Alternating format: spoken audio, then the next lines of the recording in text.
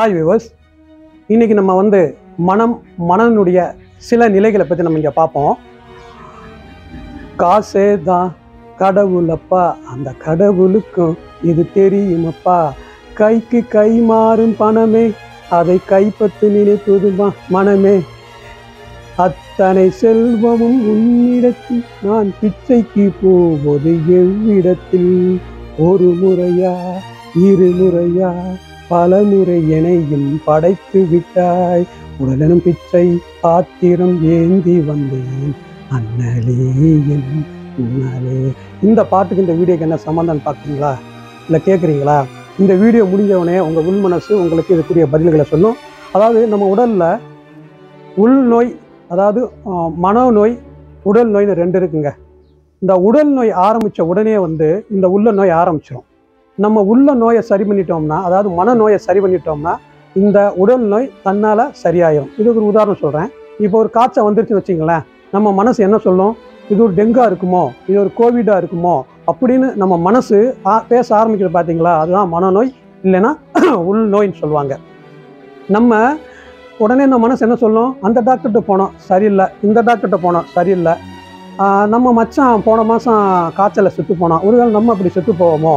So இந்த மாதிரி என்ன அலைகளை மனசை சிந்தனைப்படுத்த விடக்கூடாது. அந்த உள்ளம் அப்படி சிந்தனை பண்ணிச்சுன்னா உங்களுடைய நோய் மேலும் மேலும் கூடிக்கிட்டே தான் இருக்கும். அதனால மனசை கட்டுப்படுத்தி கொண்டு வர்றது ரொம்ப ரொம்ப ரொம்ப அவசியம். இப்போ மனசோட நிலைமையை பற்றி பார்த்தீங்கன்னா 3 விதமான நிலைமை இருக்குங்க. அதாவது peripheral conscious mind, subconscious mind, super conscious mind இருக்குது. இந்த பெரிஃபரல் கான்சியஸ் மைண்ட்னா வெளிமனம், சப்கான்சியஸ் மைண்ட்னா நடுமனம், அதாவது மிடில் மனம், சூப்பர் கான்சியஸ் மைண்ட்னா உள்மனம். இந்த பெரிஃபரல் கான்சியஸ் மைண்டு தாங்க நம்முடைய உடல் இருக்குது பார்த்தீங்களா, இந்த உடலுடைய கண், காது, மூக்கு இதோட ரொம்ப ரொம்ப ரொம்ப ரொம்ப தொடர்புள்ளது. பார்க்குறது, கேட்குறது, சுவைக்கிறது, இதெல்லாம் ரெக்கார்ட் பண்ணி வச்சுக்கும். இதை குரங்குன்னு கூட சொல்லுவாங்க. அதாவது என்னென்னா, காலையில் ஒன்று யோசனை பண்ண தோணும், மத்தியானம் ஒன்று யோசனை பண்ண தோணும், ஒரே பேச்சை மாற்றி மாற்றி பேச சொல்கிறதெல்லாம் இந்த வித மனம் தான். இது எப்பயுமே குழம்பிக்கிட்டே இருக்கும். ஒரு ஸ்டாண்டர்டாக நம்மளை இருக்க விடாது. இப்போ ஒரு உதாரணம் சொல்கிறேன் உங்களுக்கு. ஒருத்தர் ஒரு பலசர கடை வச்சு நடத்திட்டு இருக்காரு. பலசர கடை வச்சு ஆஹா ஓஹோன்னு நல்லா ஓடிட்டு இருக்கிற சில நேரத்தில் கொஞ்ச காலத்தில் அது டக்குன்னு டவுன் ஆகி போகுது. இன்கம் இல்லை, இன்கம் ரொம்ப டவுன் ஆகி போயிடுச்சு. என்ன பண்ணலான்னு யோசனை பண்ணுறாரு. இந்த இடைப்பட்ட டைமில் மீன்வயல் என்ன பண்ணுறாருன்னா, பக்கத்தில் ஒரு டீ கடை வச்சு நடத்திட்டு இருக்காரு. அந்த கடை இந்த பலசரக்கு கடையை காட்டிலும் ரொம்ப அதிகமாக இன்கம் வரும்போது இந்த மனசு என்ன சொல்லும்? அதாவது யாருன்னா, இந்த மேல் மனசையும் மத்திய மனசு, நடு மனசையும் கேட்டு செயல்படக்கூடிய ஆளுங்க இவர் யாரு? நம்ம பலசர கடை ஓனர். இவர் என்ன பண்ணுவார்? நம்ம ஏன் டீ கடை ஆரம்பிக்கக்கூடாது? லோ இன்வெஸ்ட்மெண்ட் தானே, அவருக்கு நல்லா வரும்போது நமக்கு ஏன் இது பண்ணக்கூடாது? நம்ம பலசர கடையை வச்சு நல்லா நடத்தும் போது ஏன் இந்த டீ கடையை வச்சு நம்ம நல்லா நடத்தக்கூடாதுன்னு யோசனை பண்ணோம். உடனே நீங்கள் டீ கடை ஆரம்பிப்பீங்க, பலசர கடையை விட்டுருவீங்க. அப்போ பலசர கடையும் விட்டுட்டு டீ கடையும் விட்டுட்டு ரெண்டுலேயுமே வருமானம் இல்லாமல் போயிடும். ஆனால் ஆள் மனசை பற்றி ஃபாலோ பண்ணுறவங்க, ஆள் மனதை நல்லா கண்ட்ரோலில் வச்சு செயல்படக்கூடிய ஆளுகள் என்ன பண்ணுவாங்கன்னா, அந்த பழைய எக்ஸ்பீரியன்ஸ் வச்சு அதே பலசர கடையை வச்சு நல்லா கொஞ்சம் கொஞ்சமாக மறுபடியும் இம்ப்ரூவ்மெண்ட் பண்ணி கொண்டு வருவாங்க. இந்த சப்கான்சியஸ் மைண்ட், நடுமனம் அப்படின்னு சொல்கிறாங்க பார்த்தீங்களா, இந்த சப்கான்சியஸ் மைண்ட் நம்முடைய உடலுடைய 5 பாகங்களுடைய எண்ண அலைகளை ரெக்கார்ட் பண்ணி வச்சுருக்குங்க. நமக்கு வெளியே என்னென்ன செயல்களெல்லாம், நம்ம உடம்பை விட்டு வெளியே என்னென்ன செயல்கள்லாம் வருதோ இந்த எண்ண அலைகளை ஃபுல்லாக ரெக்கார்ட் பண்ணி வச்சுருக்கோம்.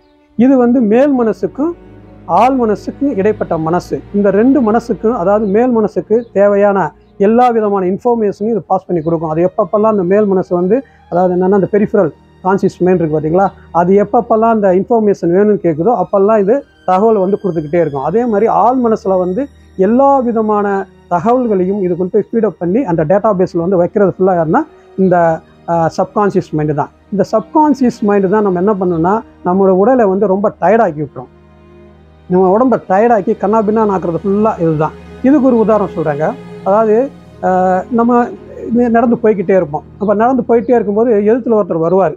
இவர் எங்கேயோ பார்த்த மாதிரி இருக்கே, எங்கே பார்த்தோம் ஏது பார்த்தா நமக்கு வராது. திடீர்னு நம்ம மைண்டில் ஸ்ட்ரைக் ஆகும். ஓ, இவர் ரங்கசாமி இல்லை, நம்ம கூட பிஹெச்டி பண்ணும்போது செமினாரில் பார்ட்டிசிபேட் பண்ணார்ல, அந்த வெப்னாரில் கூட வந்தார் அப்படின்னு சொல்லி நம்ம எடுத்து கொடுக்குறது பார்த்தீங்களா, டேட்டா பேஸில் இருந்து. அந்த மாதிரி இது நம்முடைய பழைய நினைவுகளை எடுத்து கொடுக்கக்கூடியது தான் இந்த சப்கான்சியஸ் மைண்ட். இந்த சூப்பர் கான்சியஸ் மைண்டுங்கிறது நம்மளுடைய இறைவனுடைய படைப்பில் ரொம்ப அருமையான ஒரு இதுங்க. இது நம்முடைய வேலையால் இதுக்கு நல்லது எது கெட்டது எதுலாம் ஒன்றுமே தெரியாதுங்க. நம்ம என்ன கொடுக்குறோமோ அதுக்கு செயல் வடிவம் கொடுக்குறது தாங்க இந்த சூப்பர் கான்சியஸ் மைண்ட்.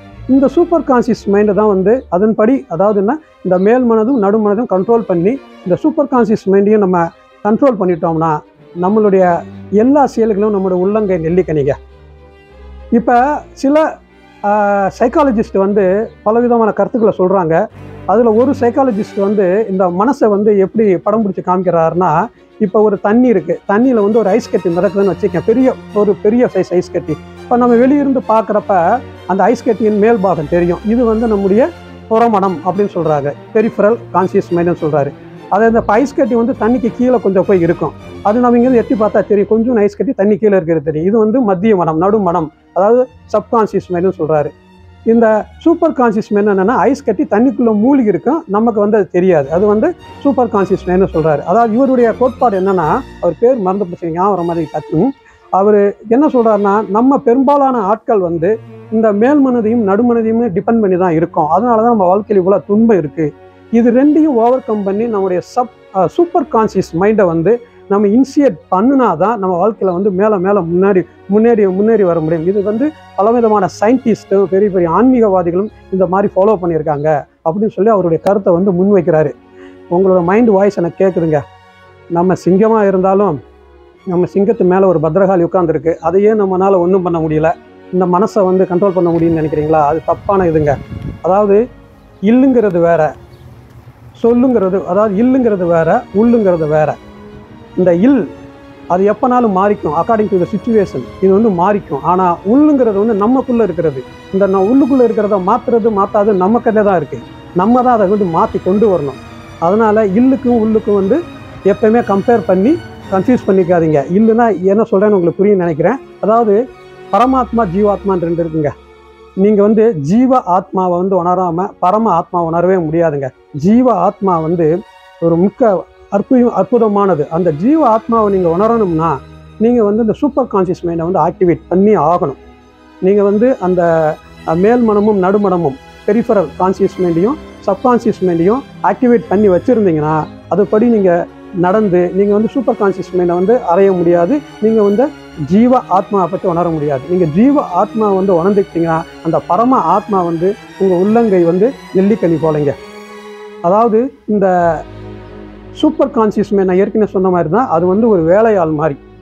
எல்லா என்ன நீங்கள் அதுக்குள்ளே போடுறீங்களோ அதுக்கு எடுத்து தான் அது வெளியே வரும், நமக்குள்ள ஃபீட்பேக் வரும். இந்த சூப்பர் கான்சியஸ் மைண்டில் தான் வந்து நான் யார், நம்ம ஏன் பிறந்தோம், எதுக்கு பிறந்தோம், நம்மளுடைய கொள்கை என்ன அப்படிங்கிற சில ஆழ்மலை கருத்துக்கள்லாம் இந்த சூப்பர் கான்சியஸ் மைண்ட் ஆக்டிவேட் ஆனால் தன்னால் வந்துடும்.